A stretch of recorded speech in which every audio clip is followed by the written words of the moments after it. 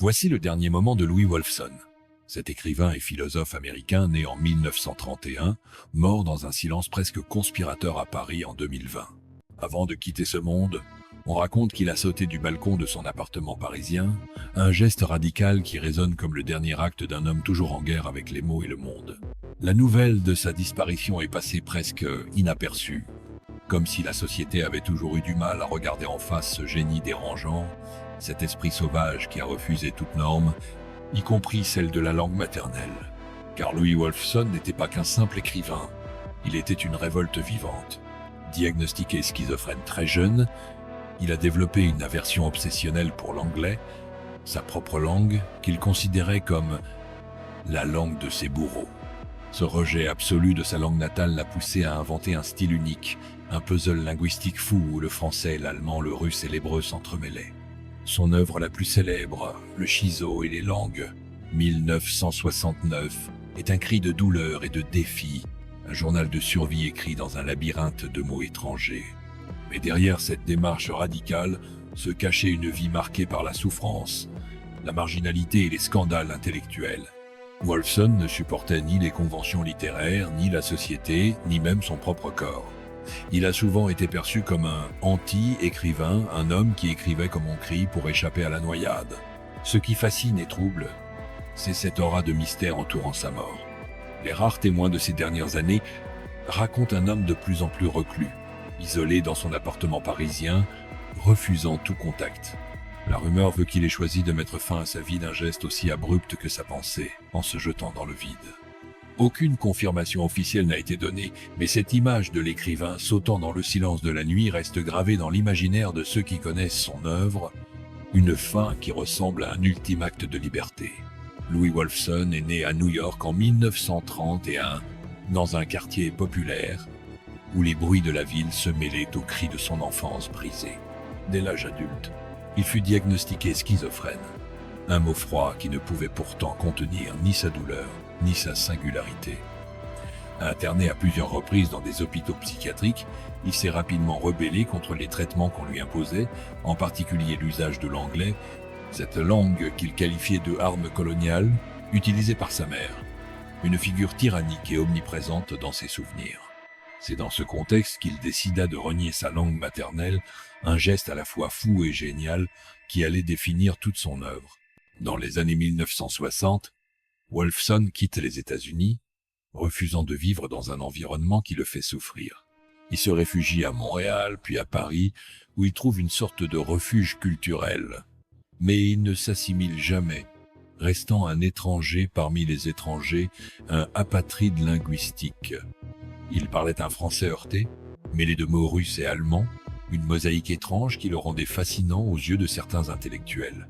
André Gide et Michel Foucault s'intéresseront à son travail, admirant sa capacité à transformer la folie en littérature. L'un de ses succès les plus controversés fut la publication en 1969 de Le Chiseau et les langues, un texte semi-autobiographique publié en France avec une préface de Gilles Deleuze. Le livre choqua par son style décousu, presque agressif, où l'anglais était remplacé par des mots étrangers dans un effort désespéré de réinvention du monde. Wolfson n'écrivait pas pour séduire, mais pour survivre. Le livre devint un objet culte, souvent décrit comme l'un des témoignages les plus bruts de la folie et de l'aliénation linguistique. Pourtant, derrière ce succès littéraire se cachait un homme de plus en plus seul.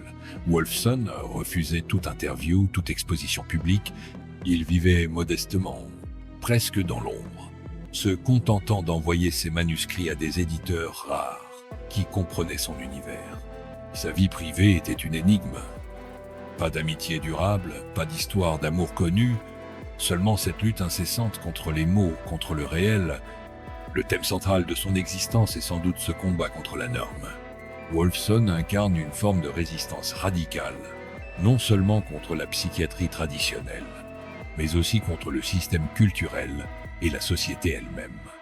Il transformait la langue en arme, en barrière protectrice. Mais ce même combat l'épuisa, le rendant de plus en plus isolé au fil des années. Dans les années 2000, Wolfson disparaît presque complètement des radars. On raconte qu'il vivait dans un petit appartement parisien, rempli de dictionnaires et de notes gribouillées dans un mélange de langues incompréhensibles. C'est là, loin du tumulte, qu'il aurait mis fin à ses jours en 2020, comme si la vie elle-même était devenue un fardeau trop lourd à porter. Son geste final, selon des sources officieuses, fut à l'image de sa trajectoire. Brutale, imprévisible et profondément marquée par le refus des compromis. Le parcours de Louis Wolfson est une lente montée vers une forme d'absolu, une quête désespérée de liberté qui se heurte constamment au mur de la société et de sa propre psyché. Dès son enfance, l'ombre de la folie plane sur lui. Il grandit dans un foyer étouffant, dominé par une mère possessive et autoritaire, qu'il finira par détester au point d'effacer chaque mot prononcé dans sa langue. C'est ce rejet violent qui forge la pierre angulaire de son identité, détruire l'anglais pour s'inventer dans un espace linguistique nouveau, une sorte de territoire mental vierge, où aucun mot ne porte la trace de ses blessures d'enfance. L'événement initial qui bouleversa sa vie fut sans doute sa première hospitalisation psychiatrique dans les années 1950. Là, il se sentit prisonnier d'un système qui voulait le normaliser, le faire taire ou le guérir en annihilant son identité. Wolfson résista, en silence d'abord, puis par une violence créative inédite. Il transforma sa douleur en un mécanisme d'écriture radicale. Dans sa chambre d'asile, il se mit à réinventer la langue, refusant d'écrire le moindre mot en anglais, utilisant des dictionnaires de français, d'allemand ou d'hébreu pour construire des phrases qui ressemblaient à des énigmes, comme si l'écriture était un code secret, une échappatoire contre la folie. Au fil des années, cette démarche se transforma en scandale littéraire. Lorsque Le Schizo et les langues fut publié en 1969, la critique fut divisée. Certains saluèrent un génie hors norme, d'autres y virent une simple curiosité psychiatrique. Ce qui choqua le plus, ce fut la préface de Gilles Deleuze, qui qualifia Wolfson d'écrivain de l'avenir, un prophète de la déconstruction du langage. Les débats furent enflammés. Comment un homme diagnostiqué schizophrène pouvait-il être considéré comme un philosophe du langage? Était-il un auteur à part entière ou le produit d'un esprit malade? Le scandale se nourrit aussi de la personnalité de Wolfson, insaisissable, presque fantomatique. Il refusait toutes les interviews, n'assistait jamais aux événements littéraires et repoussait violemment toute tentative de médiatisation. Ce mutisme médiatique alimenta les rumeurs. Certains disaient qu'il vivait reclus, entouré de papiers couverts de signes incompréhensibles. D'autres affirmaient qu'il était en contact avec de grands penseurs français dans le secret. Un autre moment marquant fut la parution de son livre « Ma mère, musicienne, est morte de maladie maligne » 1972, un texte brutal et sans concession. Dans ce récit, il s'attaque directement à sa mère, décrivant sa mort avec une froideur glaçante. Le livre fit scandale, accusé de cruauté, mais il témoigne de la haine viscérale qui alimentait son rapport au monde. Pour Wolfson, écrire était une manière de cracher sur la douleur, de l'exorciser. L'inattendu dans son parcours fut sa décision de s'exiler définitivement à Paris dans les années 1970. La France, et plus particulièrement le quartier latin, devint son dernier territoire. Il vivait modestement, presque comme un vagabond intellectuel, fréquentant les librairies d'occasion, écrivant dans des cafés puis disparaissant sans laisser de traces. Ce mode de vie marginal, presque clandestin, renforçait sa légende. Le point culminant de cette trajectoire arrive dans les années 2010, lorsque l'on apprend que Wolfson vit dans une solitude absolue, souffrant de troubles physiques et psychiques aggravés. Des voisins évoquent un homme enfermé dans ses livres, parfois vu parler seul dans la cour de l'immeuble. En 2020, la rumeur de sa mort tragique, par une chute du balcon de son appartement, se répand dans un silence quasi général. Aucun média ne confirme réellement les détails, mais le geste semble correspondre à l'homme qu'il était. Un être qui choisit la radicalité jusqu'au bout, refusant d'être éteint par la lenteur d'un déclin. Les conséquences de son œuvre sont paradoxales. Wolfson reste une figure culte, admirée par les philosophes et linguistes, mais quasi inconnue du grand public. Sa vision du langage, comme un système oppressif à reconstruire, résonne encore aujourd'hui, à l'heure où les identités et les mots sont constamment redéfinis. Il laisse derrière lui un héritage de feu et de silence, une invitation à questionner ce que signifie parler, écrire, être libre. Rappelez-vous ce que vous avez vécu en entendant pour la première fois le nom de Louis Wolfson. Ce n'était pas celui d'un auteur comme les autres, mais celui d'un homme en guerre ouverte avec son propre passé. Et pourtant, derrière ces livres, il y avait un gouffre, une douleur jamais apaisée, un secret sombre que la fin de sa vie allait mettre en lumière.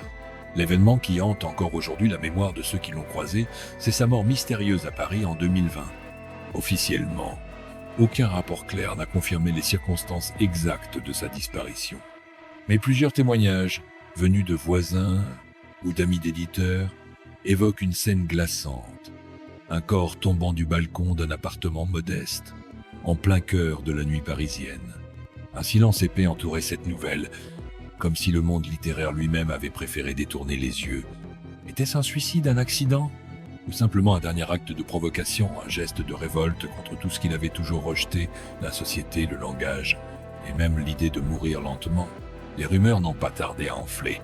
Certains affirment que Wolfson vivait dans une détresse matérielle et psychologique profonde, qu'il n'avait plus aucun contact avec le monde extérieur.